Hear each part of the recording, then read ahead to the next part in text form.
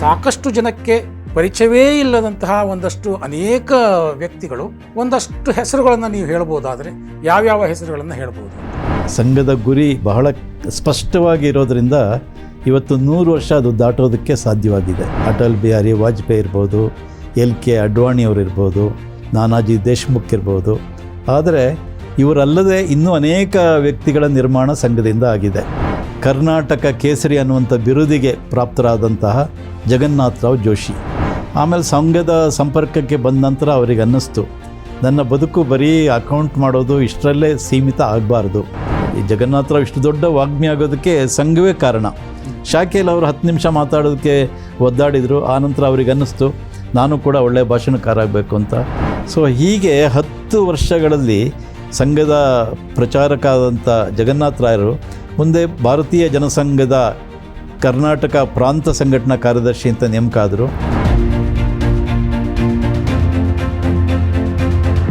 ಸ್ನೇಹಿತರೆ ನಮಸ್ಕಾರ. ಹೊಸ ದಿಗಂತ ಡಿಜಿಟಲ್ ಚಾನೆಲ್ಗೆ ಸ್ವಾಗತ. ಇತ್ತೀಚೆಗೆ ಪ್ರಧಾನಿ ನರೇಂದ್ರ ಮೋದಿಯವರು ಒಂದು ಮಾತನ್ನು ಹೇಳಿದರು. ಸಮಾಜಕ್ಕಾಗಿ ಬದುಕಲು ನಾನು ಕಲಿತದ್ದೇ ರಾಷ್ಟ್ರೀಯ ಸ್ವಯಂ ಸೇವಕ ಸಂಘದಿಂದ ಅಂತ. ರಾಷ್ಟ್ರೀಯ ಸ್ವಯಂ ಸೇವಕ ಸಂಘಕ್ಕೆ 100 ವರ್ಷ ಆಗ್ತಿರುವಂಥ ಈ ಹಿನ್ನೆಲೆಯಲ್ಲಿ ಅವರ ಮಾತನ್ನು ನಾವು ನೋಡಬೇಕಾಗತ್ತೆ. ಅವರ ಮಾತಿನ ಹಿನ್ನೆಲೆಯನ್ನು ನೋಡಲಿಕ್ಕೆ ಹೊರಟಾಗ ನಮಗೆ ಅನೇಕ ವ್ಯಕ್ತಿತ್ವಗಳು ನಮ್ಮ ಕಣ್ಣ ಮುಂದೆ ಬರ್ತವೆ. ವ್ಯಕ್ತಿತ್ವ ನಿರ್ಮಾಣದ ಮುಖಾಂತರ ಸಮಾಜ ನಿರ್ಮಾಣ ಅನ್ನುವಂಥದ್ದು ಸಂಘದ ನಿಲುವು. ಮತ್ತು ಆ ನಿಲುವಿನಂತೆಯೇ ಹಲವಾರು ನಾಯಕರನ್ನು ನಿರ್ಮಾಣ ಮಾಡಿದ ಕೀರ್ತಿಯೂ ಸಹ ಸಂಘಕ್ಕೆ ಸೇರಬೇಕಾಗತ್ತೆ. ಅಂಥ ಅನೇಕ ಮಹಾನುಭಾವರಗಳ ಒಂದಷ್ಟು ಮಾಹಿತಿಯನ್ನು ನಿಮಗೆ ಕೊಡೋದಕ್ಕೆ ನಮ್ಮ ಜೊತೆ ಇವತ್ತು ಸ್ಟುಡಿಯೋದಲ್ಲಿದ್ದಾರೆ ಹಿರಿಯ ಪತ್ರಕರ್ತರಾದಂತಹ ದೂಗು ಲಕ್ಷ್ಮಣ್ ಅವರು. ನಮಸ್ಕಾರ ದೂಗು ಲಕ್ಷ್ಮಣ್. ನಮಸ್ಕಾರ.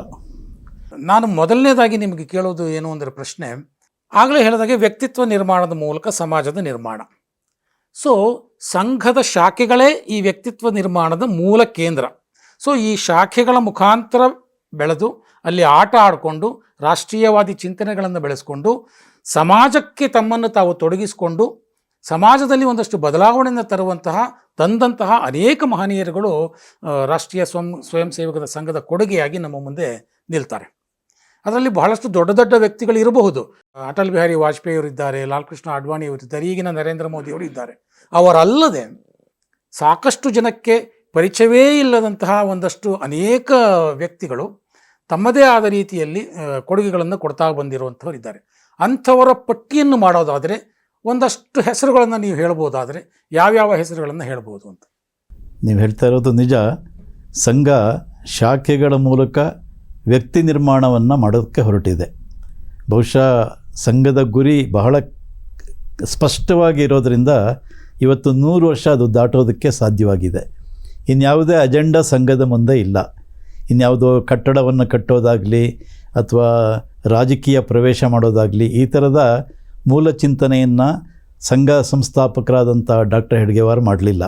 ವ್ಯಕ್ತಿಗಳು ಸರಿ ಹೋದರೆ ದೇಶ ಸರಿಯಾಗುತ್ತೆ, ವ್ಯಕ್ತಿ ನಿರ್ಮಾಣ ಆದರೆ ದೇಶವೂ ಸರಿಯಾಗುತ್ತೆ ಅನ್ನೋದೊಂದೇ ಚಿಂತನೆಯನ್ನು ಅವರು ತಮ್ಮ ಮುಂದೆ ಇಟ್ಕೊಂಡು ಅನೇಕ ವ್ಯಕ್ತಿಗಳನ್ನು ನಿರ್ಮಾಣ ಮಾಡಿದರು.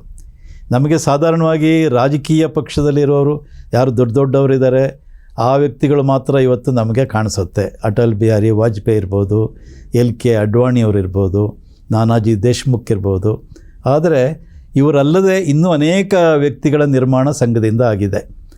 ಕಾಲಕ್ಕೆ ಹೊಸ ವ್ಯಕ್ತಿಗಳು ಬರ್ತಾನೇ ಇದ್ದಾರೆ, ಈಗಲೂ ಕೂಡ ಬರ್ತಾ ಇದ್ದಾರೆ. ಹಾಗೆ ನಾವು ಇವತ್ತು ಒಬ್ಬರ ಬಗ್ಗೆ ಯೋಚನೆ ಮಾಡೋದಾದರೆ ಕರ್ನಾಟಕದಿಂದ ಒಬ್ಬ ವ್ಯಕ್ತಿ, ಆತ ಸಂಘದ ಪ್ರಚಾರಕ್ಕಾಗಿ ಅನಂತರ ಜನಸಂಘದ ಕಾರ್ಯದಲ್ಲಿ ಧುಮುಕಿ ಜನಸಂಘವನ್ನು ಅವಿರತವಾಗಿ ತನ್ನ ಪರಿಶ್ರಮದಿಂದ ಕಟ್ಟಿದಂಥ ಒಬ್ಬ ಧೀಮಂತ ವ್ಯಕ್ತಿ ಅಂದರೆ ಕರ್ನಾಟಕ ಕೇಸರಿ ಅನ್ನುವಂಥ ಬಿರುದಿಗೆ ಪ್ರಾಪ್ತರಾದಂತಹ ಜಗನ್ನಾಥರಾವ್ ಜೋಶಿ. ಜಗನ್ನಾಥರಾವ್ ಜೋಶಿ ಬಗ್ಗೆ ಅನೇಕರಿಗೆ ಸಾಕಷ್ಟು ವಿಷಯಗಳು ಮಾಹಿತಿ ಇಲ್ಲ. ಕೆಲವರು ಅವರು ವಿನೋದ ಪ್ರಿಯತೆಯನ್ನು ಹೇಳ್ತಾರೆ, ಅವರ ಜೋಕ್ಸ್ಗಳನ್ನು ಹೇಳ್ತಾರೆ. ಬಿಟ್ಟರೆ ಅವರು ಹೇಗೆ ಪಕ್ಷವನ್ನು ಕಟ್ಟಿದರು, ಹೇಗೆ ಸಂಘಟನೆಯನ್ನು ಬಲಪಡಿಸಿದರು, ಹೇಗೆ ಪಕ್ಷಕ್ಕೆ ಆಧಾರ ಸ್ತಂಭವಾಗಿ ನಿಂತರು ಅನ್ನೋದು ಈಗಿನ ಪೀಳಿಗೆಗೆ ಅಷ್ಟಾಗಿ ಗೊತ್ತಿಲ್ಲ. ಹಾಗಾಗಿ ಜಗನ್ನಾಥರಾವ್ ಬಗ್ಗೆ ಸಾಕಷ್ಟು ತಿಳ್ಕೊಳ್ಳುವಂಥ ಅಂಶಗಳಿದೆ ಅಂತ ನನಗನ್ಸುತ್ತೆ. ಅಂದರೆ ಜಗನ್ನಾಥರಾವ್ ಜೋಶಿಯವರ ಬಗ್ಗೆ ನೀವು ಹೇಳಲಿಕ್ಕೆ ಹೊರಟಾಗ ನನಗೆ ಒಂದು ಪ್ರಶ್ನೆ ಕೇಳಬೇಕು ಅಂತ ಅನಿಸುತ್ತೆ.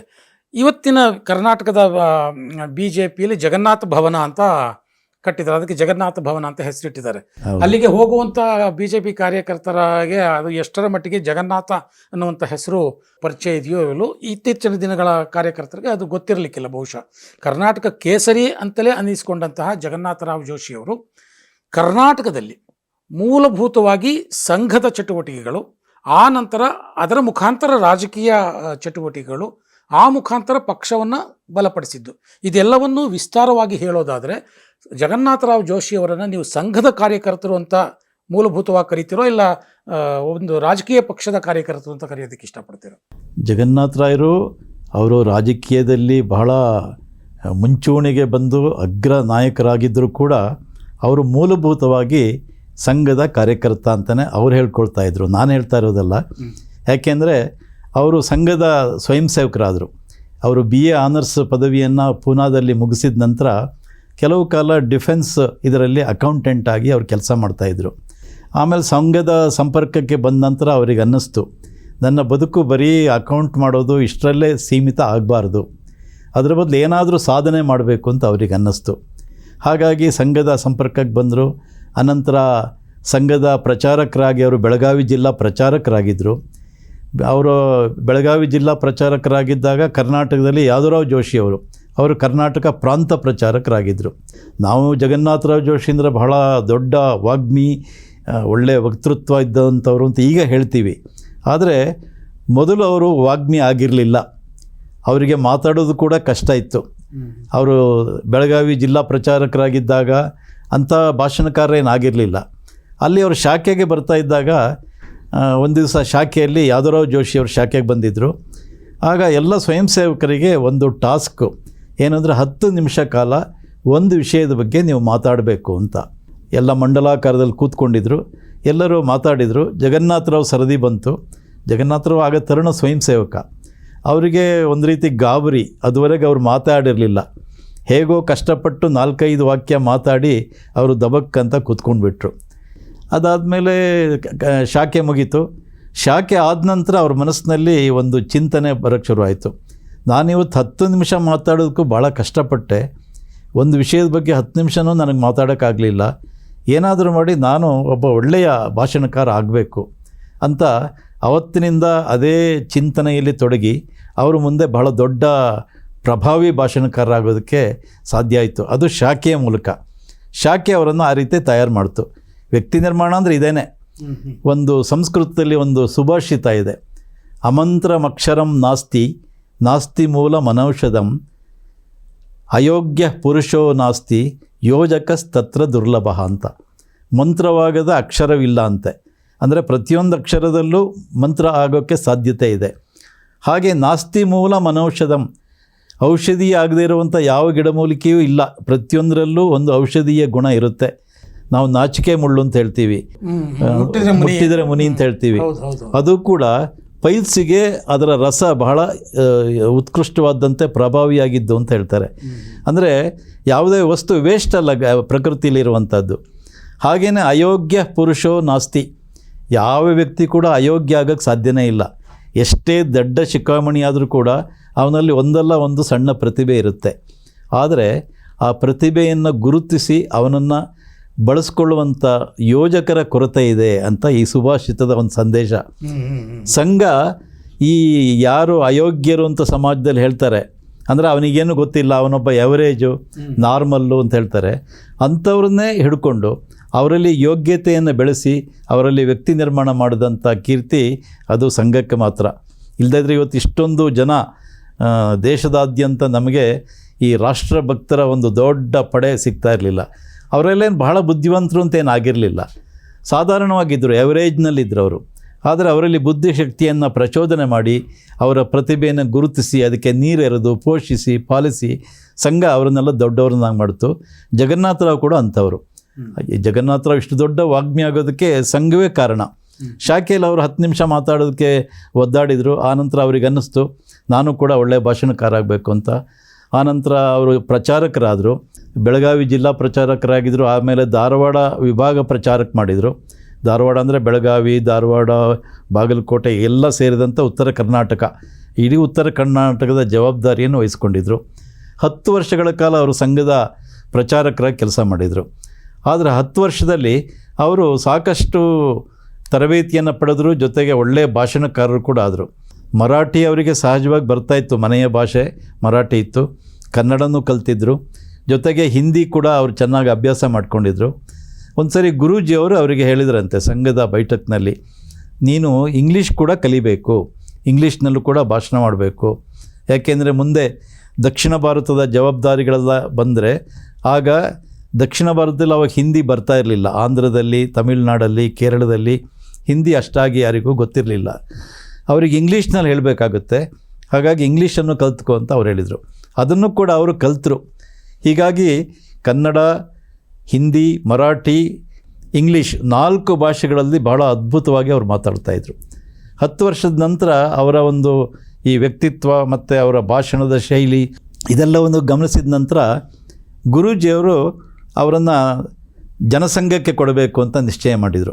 ಆಗ ಡಾಕ್ಟರ್ ಶ್ಯಾಮ್ ಪ್ರಸಾದ್ ಮುಖರ್ಜಿ 1951ರಲ್ಲಿ ಆಗಷ್ಟೇ ಅವರು ನೆಹರು ಕ್ಯಾಬಿನೆಟ್ಟಿಗೆ ರಾಜೀನಾಮೆ ಕೊಟ್ಟು ಹೊಸ ಒಂದು ಪಕ್ಷ ಮಾಡಬೇಕು ಅಂತ ಹೊರಟರು. ಹೊಸ ಪಕ್ಷ ಮಾಡಬೇಕಾದ್ರೆ ಹಣ ಇರಲಿಲ್ಲ, ವ್ಯಕ್ತಿಗಳಿರಲಿಲ್ಲ. ಇದೆಲ್ಲ ಹೇಗೆ ಮಾಡೋದು ಮತ್ತು ದೇಶಭಕ್ತರ ಒಂದು ಪಕ್ಷ ಮಾಡಬೇಕು ಅಂತ ನಿಶ್ಚಯ ಮಾಡಿದರು.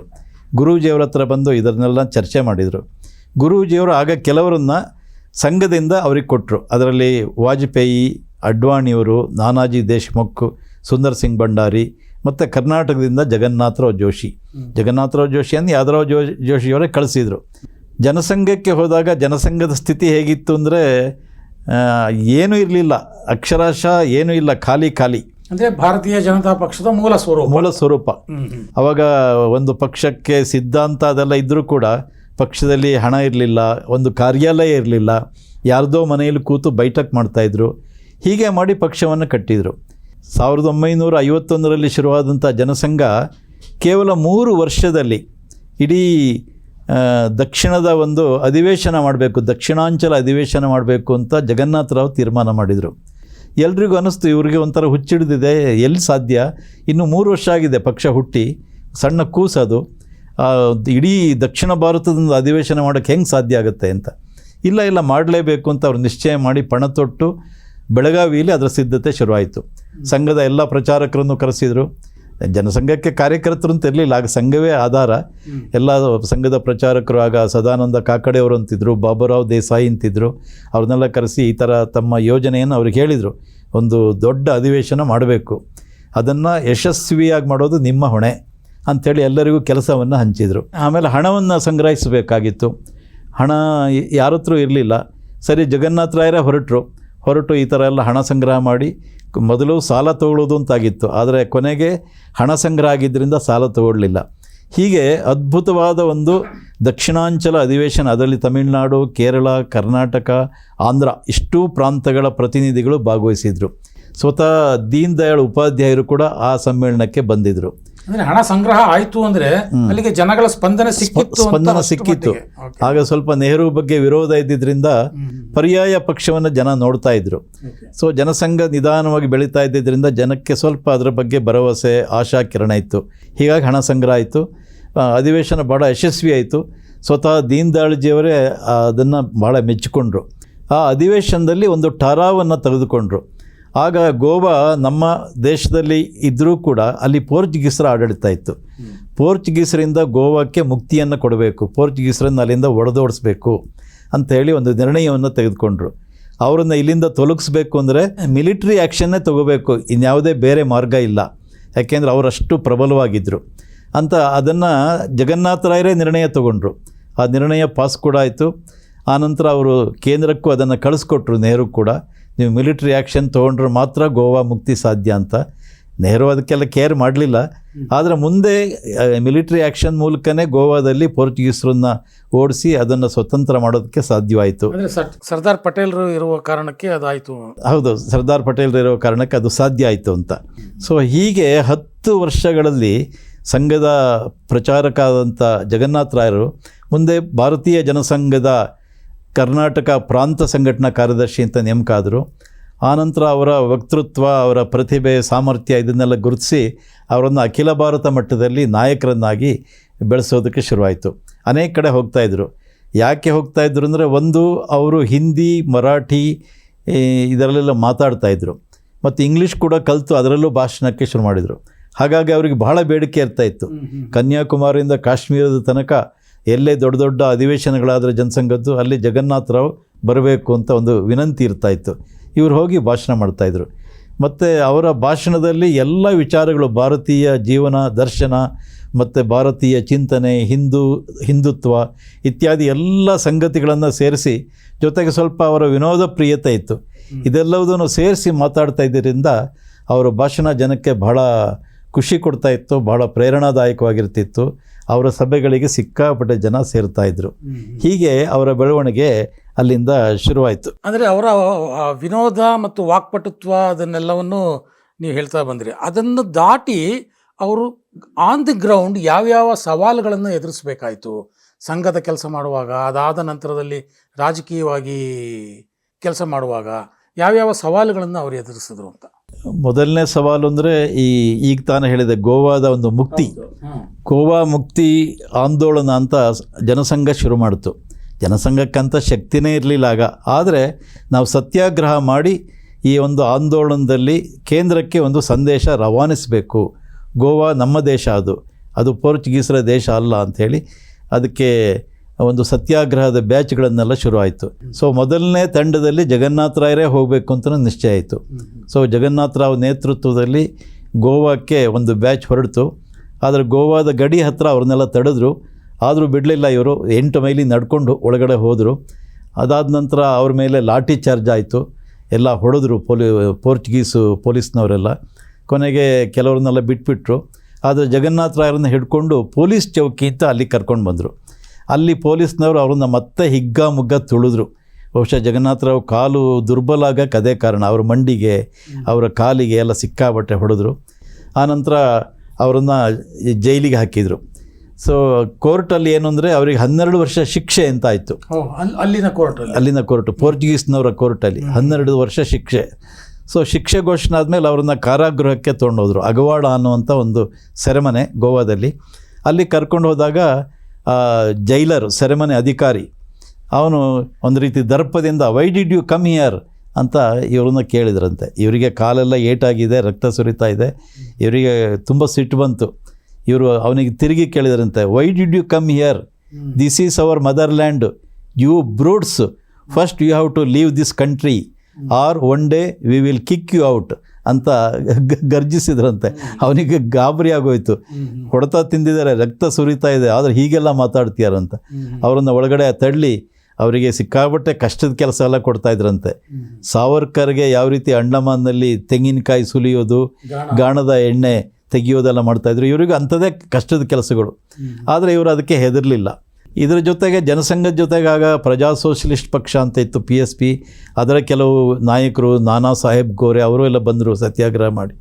ಅವರೆಲ್ಲ ಬಂದ ನಂತರ ಇವರಿಗೆ ಸ್ವಲ್ಪ ಚಿತ್ರಹಿಂಸೆ ತಪ್ಪಿತು. ಅದುವರೆಗೆ ಸಿಕ್ಕಾಬಿಟ್ಟೆ ಚಿತ್ರಹಿಂಸೆ ಕೊಡ್ತಾಯಿದ್ರು. ಇವರಿಗೆ 12 ವರ್ಷ ಶಿಕ್ಷೆ ಅಂತ ಆಗಿತ್ತು. ಆದರೆ ಇಡೀ ದೇಶದಲ್ಲಿ ಗೋವಾ ಮುಕ್ತಿ ಆಂದೋಲನ ಜನಸಂಘದ ಕಡೆಯಿಂದ ಎಲ್ಲ ಕಡೆ ಬಹಳ ಜೋರಾಗಿ ಭುಗಿಲೆದ್ದಿದ್ದರಿಂದ ಕೊನೆಗೆ ಅದು ಸರ್ಕಾರವೇ ಡೈರೆಕ್ಟ್ ಆ್ಯಕ್ಷನ್ ತೊಳ್ತು. ಅಲ್ಲಿಂದ ಇವರ ಬಿಡುಗಡೆ ಆಯಿತು. 2 ವರ್ಷದ ನಂತರ ಇವರು ಬಿಡುಗಡೆ ಆಯಿತು. ಪೋರ್ಚುಗೀಸರು ಕೂಡ ಅಲ್ಲಿಂದ ತೊಲಗಬೇಕಾಯಿತು ಗೋವಾದಿಂದ. ಹಾಗಾಗಿ ಗೋವಾ ಸ್ವತಂತ್ರ ನಾಡಾಯಿತು. ಅನೇಕರಿಗೆ ಈ ವಿಷಯ ಗೊತ್ತೇ ಇಲ್ಲ. ಗೋವಾದ ಒಂದು ಸ್ವಾತಂತ್ರ್ಯಕ್ಕೆ ಜನಸಂಘವೇ ಕಾರಣ ಅನ್ನೋದು ಅನೇಕರಿಗೆ ಗೊತ್ತಿಲ್ಲ. ಮೂಲ ಜನಸಂಘವೇ. ಆನಂತರ ಜನ ಅವರೆಲ್ಲ ಸೇರಿದರು, ಹೋರಾಟ ಆಯಿತು. ಹೀಗೆ ಅವರ ರಾಜಕೀಯ ಜೀವನದ ಮೊದಲನೇ ಸವಾಲು ಅದಾಗಿತ್ತು.